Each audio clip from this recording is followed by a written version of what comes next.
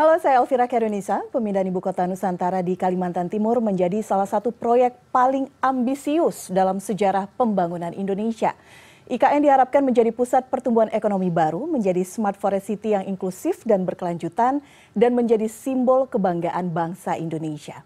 Lalu bagaimana perkembangan pembangunan IKN? Apa kemudian tantangan yang harus dihadapi untuk mengejar target pembangunan? Sudah bergabung bersama kami Guru Besar Planologi Universitas Diponegoro, Bambang Susantono, yang juga sebelumnya menjabat sebagai Kepala Otorita yang pertama ya Pak ya. Itu catatannya, karena sudah tercatat di MURI. Baik, Pak Bambang apa kabar? Alhamdulillah baik, terima kasih sudah mengundang. Terima kasih sudah hadir bersama kami di studio. Setelah sekian lama berpuasa, tidak banyak berbicara kepada media, akhirnya kini Pak Bambang meluangkan waktu. Ada banyak pertanyaan yang ingin kami ajukan, terutama tentang IKN, karena kita melihat bagaimana ini menjadi proyek luar biasa. Pak Bambang berada di garis terdepan, baby-nya Pak Bambang begitu. Sudah cukup happy Pak dengan progres pembangunan IKN sejauh ini? Jujur ya, saya mixed feeling. Nah, kenapa mixed feeling? Karena memang kalau kita lihat, kita kan bangunnya ini sampai 2045 ini ya. Jadi kita nggak mengecilkan ini hanya sampai tahun ini saja. Walaupun akhir tahun ini adalah tahap pertama. Penting itu tahap pertama. Dan saya pikir pada tahap pertama ini kita juga harus mengkaji ulang ya, mereview. Bukan apa-apa karena memang setiap tahap kan ada reviewnya. Nah setelah ini nanti zamannya Presiden Prabowo, itu 5 tahun ke depan tahap kedua, diteruskan masing-masing 5 tahun hingga 2045. Nah kenapa saya sebut mixed feeling? Karena kalau mungkin dari sisi infrastruktur, dari sisi fisik, itu kita bisa lihat sendiri kemarin di 17 Agustus dan seterusnya memang sudah mulai ada yang terbangun. Terutama di apa yang disebut di sumbu kebangsaan, kawasan inti pusat pemerintahan. Sumbu kebangsaan ini, Pak ya. Nah, tetapi kan kita tahu bahwa, dan saya selalu menyatakan, membangun kota itu adalah membangun masyarakat. Masyarakat atau people itu adalah inti dari satu kota. Apakah kota itu nanti akan menjadi kota yang dalam bahasa yang gaul itu asik gitu ya, atau kota yang biasa-biasa aja, yang membosankan, kalau ke sana nggak ada yang dilihat, ataupun kalau ada yang dilihat nggak enak untuk tinggal gitu ya. Itu benar-benar akan tergantung kepada bagaimana masyarakat di kota itu nanti akan berinteraksi. Gitu. Jadi ada istilahnya ada kohesi sosialnya di situ, sehingga nanti kota itu menjadi kota yang memang tidak hanya layak huni, livable, tapi juga dicintai, lovable. Dan konsep itu sebenarnya sudah ada di IKN, tinggal nanti siapapun yang menjadi kepala otorita akan menjalankan secara step by step. Livable, lovable, dan juga harus sesuai dengan target ataupun roadmap yang sudah disiapkan. Di awal kan ini memang, tadi di pembuka saya mengatakan, ini ambisi yang cukup besar, targetnya luar biasa. Belakangan kita melihat tampaknya sudah mulai sedikit agak redup targetnya. Berbicara mengenai pemindahan ASN yang ternyata kemudian mundur, dan ada beberapa konsep yang ternyata tidak bisa dijalankan, termasuk hambatan investasi. Pak Bambang melihat ini?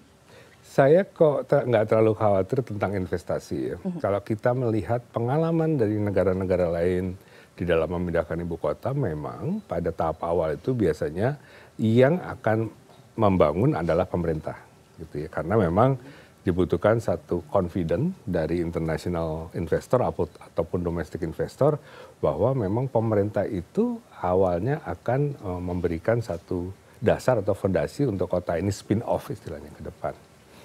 Nah, dan juga yang kita bangun itu adalah fasilitas publik.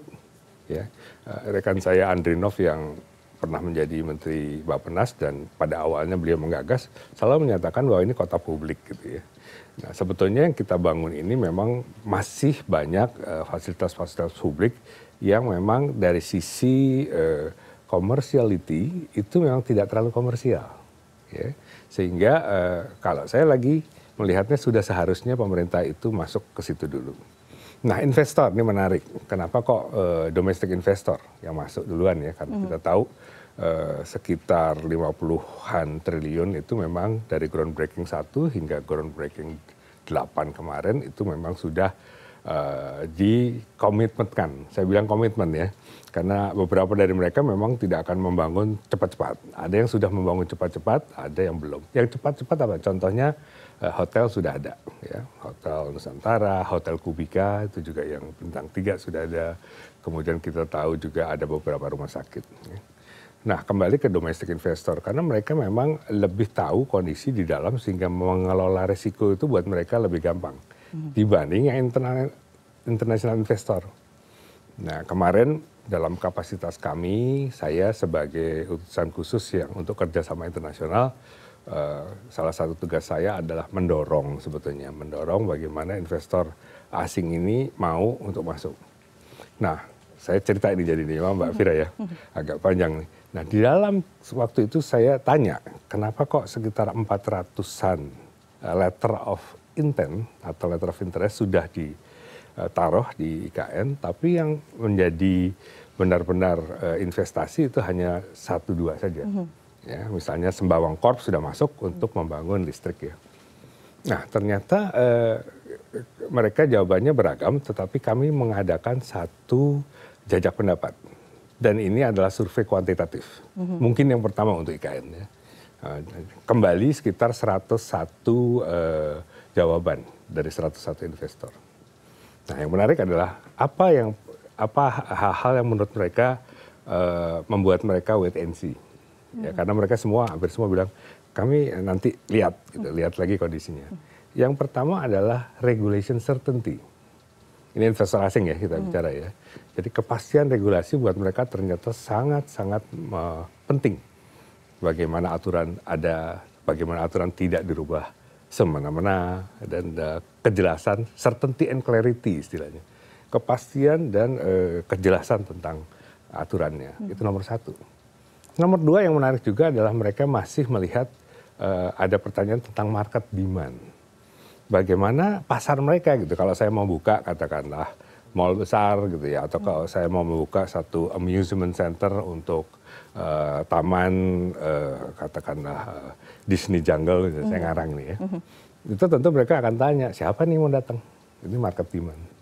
Nah, kemudian dari situ juga ada biasa ini, saya kira yang 2 ini biasanya juga mengemuka, yaitu economic stability, political stability, dan yang kelima ini yang menarik buat saya adalah ketersediaan sumber daya manusia, talent availability.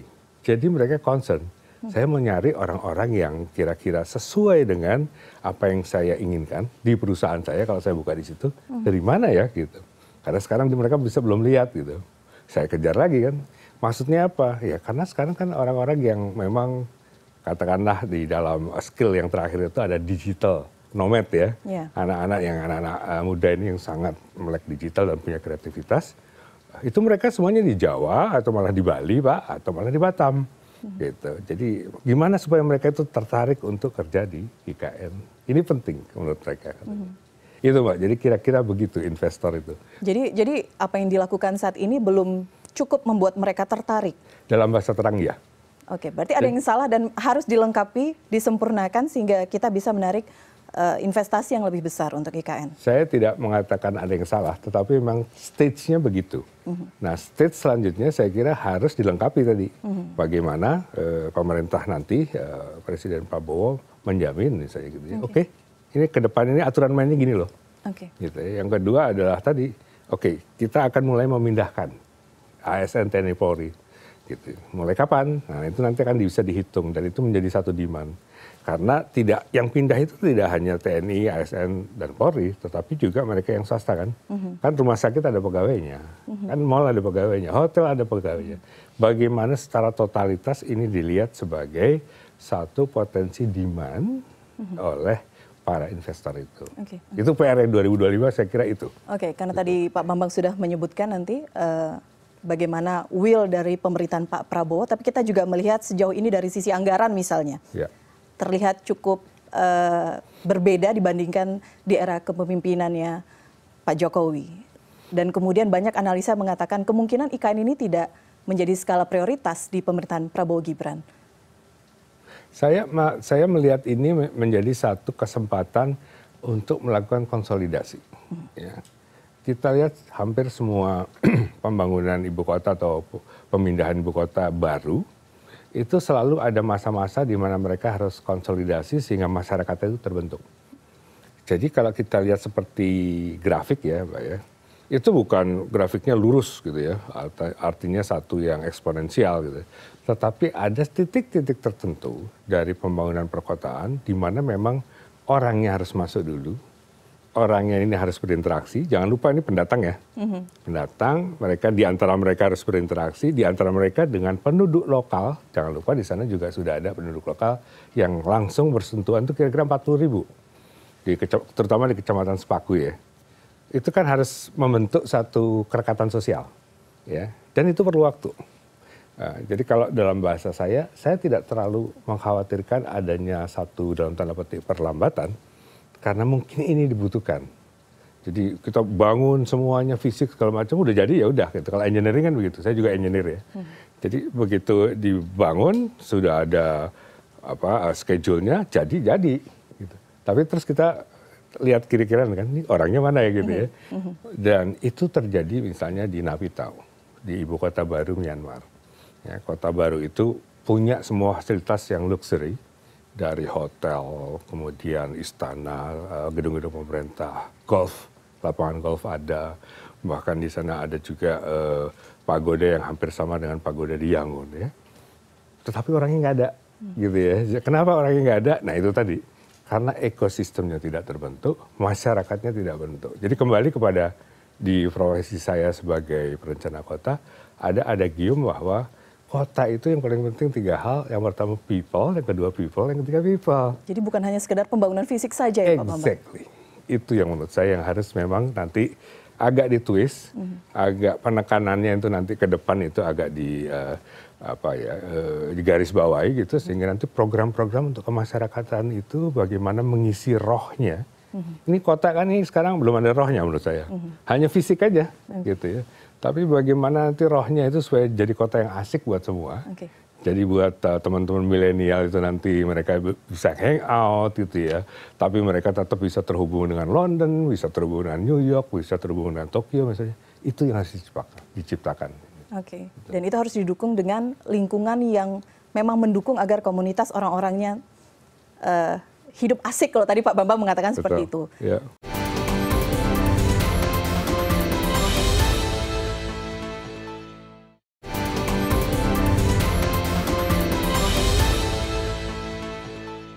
Pak Bambang berbicara mengenai isu lingkungan.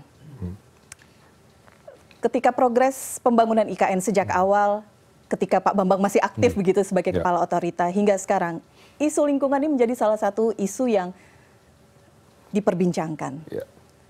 Menurut Pak Bambang saat ini apakah juga sudah on the track atau memang ada PR yang harus dibenahi? Ya, ini sangat valid ya karena kita membangun di tengah-tengah satu ekosistem yang disebut the heart of Borneo. Jadi organisasi internasional, kemudian organisasi-organisasi multilateral itu sangat menggarisbawahi masalah-masalah yang berhubungan dengan ESG sebenarnya. Environment, lingkungan, S-nya sosial, G-nya governance. Nah, kembali ke masalah lingkungan ya. Jadi mereka sebetulnya berharap IKN ini kan 252.000 hektar yang dibangun cuman 25%. Sisanya 65% akan dihutankan kembali menjadi hutan tropical forest. Hutan nih ya. Dan di situ sebetulnya bisa menjadi salah satu contoh dunia bagaimana kita melakukan preservasi dan reforestasi. Ini menarik di reforestasi karena mereka kebetulan tertarik semua nih. Kalau Anda berhasil, kita punya hope nih dunia. Tidak hanya di Indonesia tapi juga di Kongo, hutan di Kongo atau hutan di Amazon. Karena ada model nih di tempat Anda. Kembali lagi tadi 65% kan akan dihutankan kembali. Nah, lingkungan itu memang sekarang menjadi salah satu yang disorot oleh dunia ya. Dan kita kebetulan pada waktu kami masih di sana punya peta jalan misalnya untuk bagaimana Nusantara itu akan menjadi kota pertama di Indonesia yang akan carbon netral by 2045. Dan itu lebih cepat dari Indonesia ya. Indonesia 2060 loh carbon netral dan mereka dia di dalam dokumen yang dihasilkan oleh otorita IKN itu kita bertekad 2045 kita harusnya sudah karbon netral. Terus kemudian kita juga di dalam langkah reforestasi tadi, penanaman hutan kembali, penghutanan kembali menjadi hutan tropis.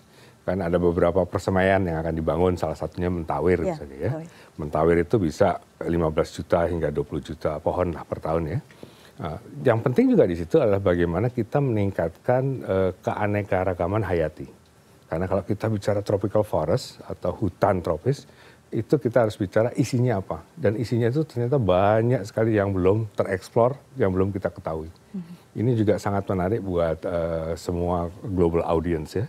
Dan mereka memvalue ini sebagai salah satu value dari Sustainable Forest City yang dipunyai oleh IKN. Nah, apakah kita sudah on the track?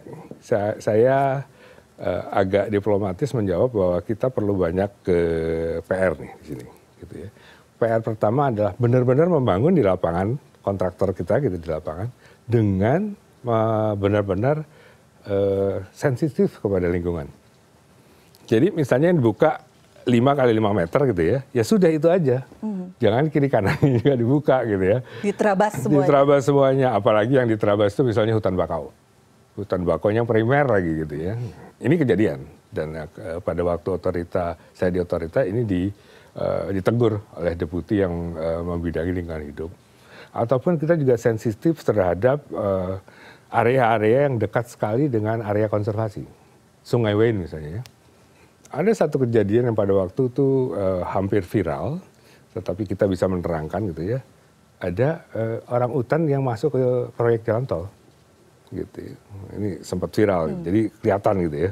Waduh, ini kalau kami tidak punya hubungan baik dengan organisasi internasional, tentu kita sudah divonis pada waktu itu membangun tidak memperhatikan lingkungan. Tapi terus kita bilang bahwa kita mencoba menyediakan apa yang disebut wildlife crossing.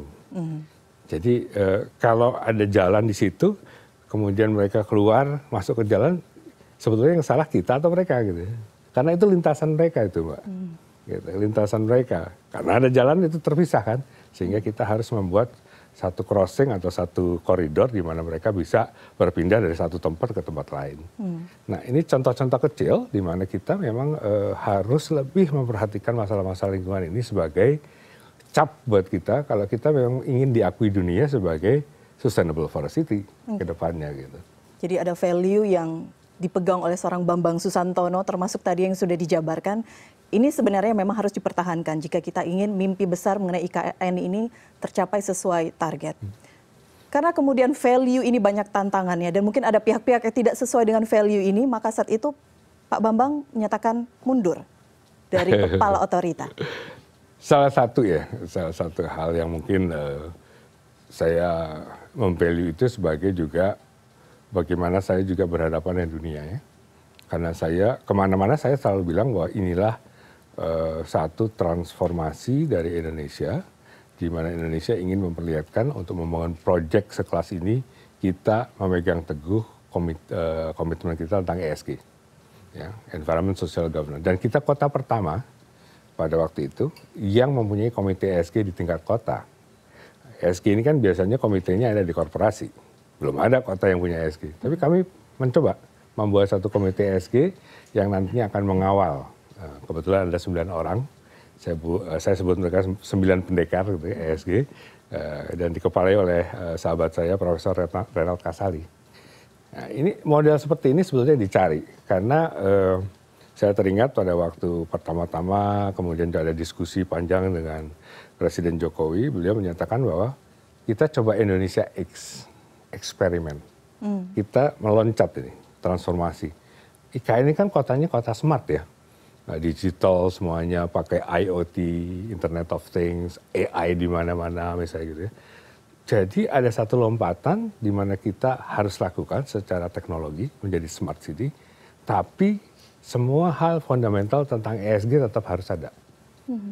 Lingkungannya harus dijaga, masalah perubahan iklim, sosialnya harus inklusif. Ya.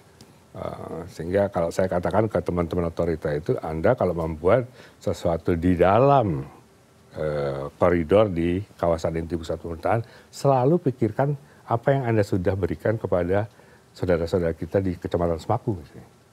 Kalau di dalam airnya bisa diminum, harusnya di luar juga bisa dong. Ya kan? Kita inklusif nih kan.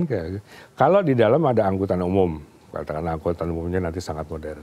Apa angkutan atau transportasi yang bisa diberikan kepada anak-anak SD di sekitar situ, ibu-ibu di sekitar situ, gitu. Yang sekarang sudah ada.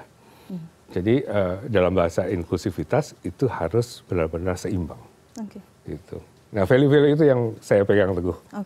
Jika kemudian ada suara-suara yang mengatakan saat itu Pak Bambang dinilai tidak berani mengambil keputusan dengan cepat. Pak Bambang mendengarkan itu? Ada beberapa yang menyampaikan. Ada suara seperti itu? Saya kasih contoh aja ya. Ada masalah pembebasan lahan. Pembebasan lahan itu menurut saya harus ada prosesnya. Ya, memang dari 36.000 yang dilepaskan masih ada 2.000 yang masih dalam tanda petik ada dispute.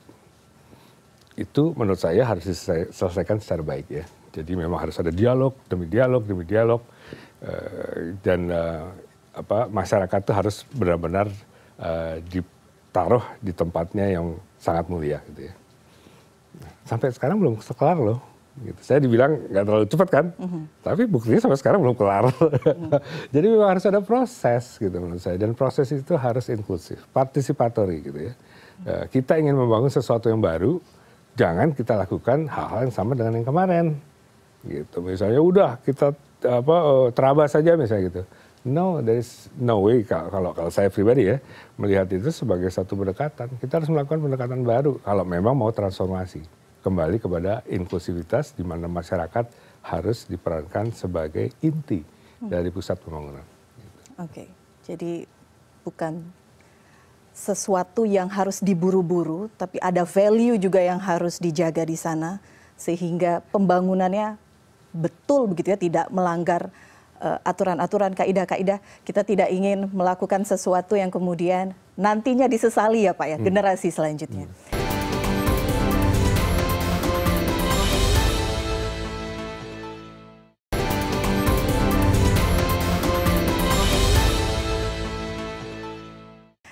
Berbicara mengenai IKN sendiri, ini sedang ramai juga ada usulan mengenai Jakarta dan IKN kemudian. Nah, Pak Bambang sudah senyum duluan ini. Ini kan Pak Bambang juga sempat menyampaikan usulan ini. Twin sister ya Pak ya? Twin cities katanya. Twin city atau sister city. Oke. Apakah kita kemudian bisa masuk di situ IKN dan Jakarta? Pertimbangannya seperti apa dari Pak Bambang? Begini, kalau saya coba memahami kolega-kolega saya di Asosiasi Sekolah Perencanaan atau Sekolah Planologi ya se-Indonesia, itu kita sementara kita sisihkan dulu apa yang katakanlah istilahnya ya, apakah itu nanti duet city, sister city, twin cities, oke, belakangan. Tapi yang sekarang kita hadapi ataupun kita punya adalah secara legal ya, IKN akan jadi ibu kota. Ya, Jakarta juga punya undang-undang DKJ. Di dalam dua undang-undang itu tersebut bahwa mulainya IKN menjadi ibu kota adalah kalau sudah ada Kepres. Gampangnya begitu ya. Dan kita belum tahu kapan itu akan keluar. Dan kita belum tahu kapan itu. Ya. Sehingga pasti akan ada masalah transisi ini. Di mana Jakarta tetap memainkan perannya sebagai ibu kota, sedangkan IKN sedang berproses untuk bersiap diri. Even nanti bersiap diri, pindahnya kan nggak semuanya langsung semua boyongan gitu kan, nggak ya, pasti akan bertahap. Dan itu terjadi di transisi di kasus-kasus ibu kota yang baru yang lain. Jadi ada satu masa di mana memang dua-duanya akan memainkan peran secara bersama-sama. Kalau kita masih pegang undang-undang IKN ya, gitu ya. Ini soalnya kemarin ada investor juga bilang undang-undangnya kan bisa dirubah Pak, gitu. Jadi dalam satu masa ada dua ini, ada dua kota yang berbagi peran, paling gampang begitu. Nah pertanyaan adalah berapa lama, gitu ya? Berapa lama pembagian peran ini terjadi? Itu tentu tergantung kepada pemerintahan yang akan datang, kapan dia akan mulai menyatakan bahwa ini secara de jure, IKN secara de jure menjadi ibu kota, kemudian nanti secara bertahap mereka akan memindahkan pusat administrasi pemerintahannya, apakah trias politikanya, legislatif, eksekutif, dan yudikatif dipindah, baru nanti akan dideklar bahwa kita akan memainkan fungsi penuh, atau di dalam perjalanannya memang bisa juga kedua kota ini berbagi peran. Jangan lupa di Afrika Selatan itu pusat eksekutif, legislatif, dan yudikatif itu dibagi di 3 kota. Mungkin. Jadi kemudian juga ada teori yang menyatakan perbedaan antara kapital dan kapitol. Satu pakai A, satu pakai O. Kapital itu adalah kota yang mau nggak mau, suka nggak suka, tetap akan memainkan perannya sebagai fungsi finansial, ekonomi, dan commerce. Saya pribadi melihat Jakarta akan tetap seperti itu. Kan sejarah Jakarta ini panjang menjadi ibu kota. Dari zamannya Sunda Kelapa, Batavia, Jayakarta, dan seterusnya. Jadi sebagai pusat perdagangan, sebagai pusat ekonomi finansial, Jakarta akan tetap memainkan perannya di situ. Sebagai kapital A, gitu ya. Sedangkan kapital ini biasanya berhubungan dengan kedudukan politik, administrasi negara, politik sebagainya. Nah mungkin ini yang nanti akan step by step akan dipegang oleh Jakarta, di IKN. Jadi Jakarta akan tetap menjalankan fungsi sebagai pusat finansial seperti halnya New York misalnya. Jakarta akan menjadi Washington DC, ya, atau IKN akan menjadi Washington DC, ya. Atau nanti Jakarta akan tetap menjadi seperti Almaty kalau di Kazakhstan. Nah, kemudian Astananya, pusat pemerintahannya itu akan jadi IKN. Ini skenario planning yang dilakukan oleh teman-teman dari ASPI itu. Jadi mereka skenario planning itu what if, apa yang terjadi gitu ya. Dan saya kira ini akan tergantung kepada pemerintah nanti apakah akan segera mungkin mengeluarkan Kepres atau enggak, gitu ya. Atau ya kita lihat dulu sampai semuanya settle, semuanya oke, trias politikanya di sana, baru kita pindah, bisa aja gitu. Jadi hal-hal ini merupakan hal-hal yang varian-varian yang mungkin terjadi, tetapi mau nggak mau, suka nggak suka, menurut saya Jakarta akan tetap memainkan perannya sebagai pusat perdagangan, finansial, dan ekonomi. Di beberapa contoh yang tadi Pak Bambang sebutkan, itu butuh waktu berapa tahun Pak kemudian sehingga kemudian peran 2 kota ini bisa berjalan seiringan dan bisa mewujudkan itu? Bervariasi ya, capital and capital ini bervariasi. Dan ada yang sampai sekarang pun juga masih memainkan peran kan, misalnya Amsterdam dan Den Haag. Den Haag itu adalah pusat administrasi, politik dan sebagainya. Amsterdam tetap menjadi pusat misalnya ekonomi, bisnis dan seterusnya. Ya tadi Washington DC dengan New York, kemudian Canberra di Australia, dengan Sydney dan Melbourne itu juga berbagi peran gitu ya. Jadi menurut saya akan tergantung kepada skenario apa yang akan dimainkan oleh pemerintahan baru, berapa lama ini, dan akan dijadikan apa IKN ini gitu ya dalam waktu dekat. Karena kan nggak ujuk-ujuk dan perlu waktu. Bayangan saya sih 5 tahun itu bukan waktu yang panjang ya, itu pendek gitu. Dan mungkin juga nggak akan selesai gitu ya. Kalau kita bicara semuanya lengkap, kan tergantung tadi bagaimana pemerintah baru akan menyikapi dan kemudian akan melakukan apakah itu percepatan ataupun juga sesuatu yang tergantung kepada market, bisa aja. Gitu. Tapi kita kan nggak ingin lihat apa yang kita sudah bangun itu nggak terutilisasi kan. Nah, gitu. Jadi kita pengen juga lihat istananya nanti dipakai, kemudian gedung-gedung pemerintahannya mungkin ada beberapa departemen yang akan pindah duluan. Silakan. Oke, jika kemudian ada yang mengatakan konsep seperti ini, usulan ide seperti ini seakan-akan menutupi saja bahwa pembangunan IKN ini ternyata tidak sesuai dengan target. Dan kemudian menyesalkan mengapa kemudian di awal begitu bersemangat dan belakangan muncul konsep-konsep seperti ini. Saya kira bisa saja ya orang berpikir ke arah konspirasi teori ke arah sana ya. Tapi menurut saya ini realistis lah gitu ya. Bahwa kan kita membangun sampai 2045. 5 tahun ke depan itu akan diisi oleh apa, itu kita sampai sekarang belum jelas. Ya. Walaupun undang-undang dan Perpres 63 itu yang dibuat oleh teman-teman Bappenas dulu, lampirannya sudah jelas. Apa yang harus dilakukan 5 tahun ke depan. Kelihatan tuh apa yang harus dibangun segala macam ya. Tetapi memang tidak ada skenario untuk pemindahan yang ada waktunya. Bisa setahun, bisa 2 tahun, bisa 3 tahun, bisa 5 tahun. Selama masa transisi ini siapa yang akan jadi ibu kota de facto? Menurut saya tetap Jakarta. gitu. Selama ini belum siap, belum diketok, ya pindah. Gitu, Jakarta akan tetap memainkan perannya sebagai de facto kapital dan kapitol. Oke. Gitu. Oke. Ini kita menanti will dari pemerintahan baru Prabowo Betul. Gibran. Ada pesan mungkin Pak untuk pemerintahan selanjutnya? Ini IKN mau diapain? Ini idealnya seperti apa yang harus dikejar apalagi? Ya, saya kira kita ini pembayar pajak ya, sudah menggunakan APBN kita untuk membangun sesuatu di sana. Yang pertama, optimalisasi dari apa yang sudah terbangun. Jangan sampai ini tidak digunakan secara optimal. Gitu ya. Apapun nanti skenario-nya silakanlah gitu ya. Yang kedua, kembali kepada adagium bahwa masyarakat itu harus menjadi inti dari pembangunan itu. Ya, jadi menurut saya sih harus banyak kegiatan-kegiatan ataupun upskilling dan reskilling istilahnya. Upskilling itu mereka yang saudara-saudara kita di sana itu ditingkatkan menjadi orang-orang yang ngerti digital misalnya gitu. Reskilling mereka mungkin juga harus cari area-area di mana mereka bisa berpartisipasi dalam pembangunan gitu ya. Karena saya selalu bilang jangan sampai teman-teman di kecamatan, saudara-saudara kita di kecamatan Sepaku itu jadi penonton gitu ya. Kita pengen mereka merupakan bagian dari ini. Dan yang ketiga pegang ESG harus gitu ya. Environment social ESG itu lingkungan, sosial dan tata kelola. Karena kalau itu tidak dipegang maka reputasi dari kota ini di tingkat internasional juga akan dipertanyakan.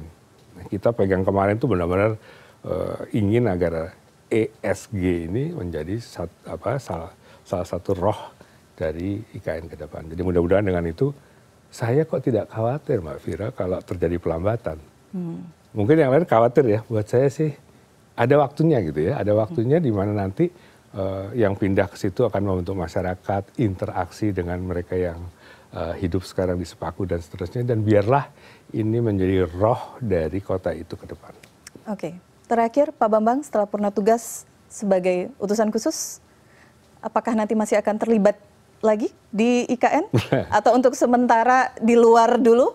Atau seperti apa? Saya ingin mengajar, gitu ya. Jadi saya kembali ke kampus karena banyak sekali memang dalam masa saya 2 tahun lebih sedikit itu satu teorema baru yang mungkin akan berkembang, gitu ya. Dan juga melihat riset dan sebagainya sangat menarik sebetulnya. Membangun kota itu apalagi sekelas IKN banyak hal baru sebetulnya yang bisa kita pelajari dan banyak model yang sebetulnya kita bisa buat tidak hanya untuk Indonesia loh, tapi juga untuk global audience. Baik.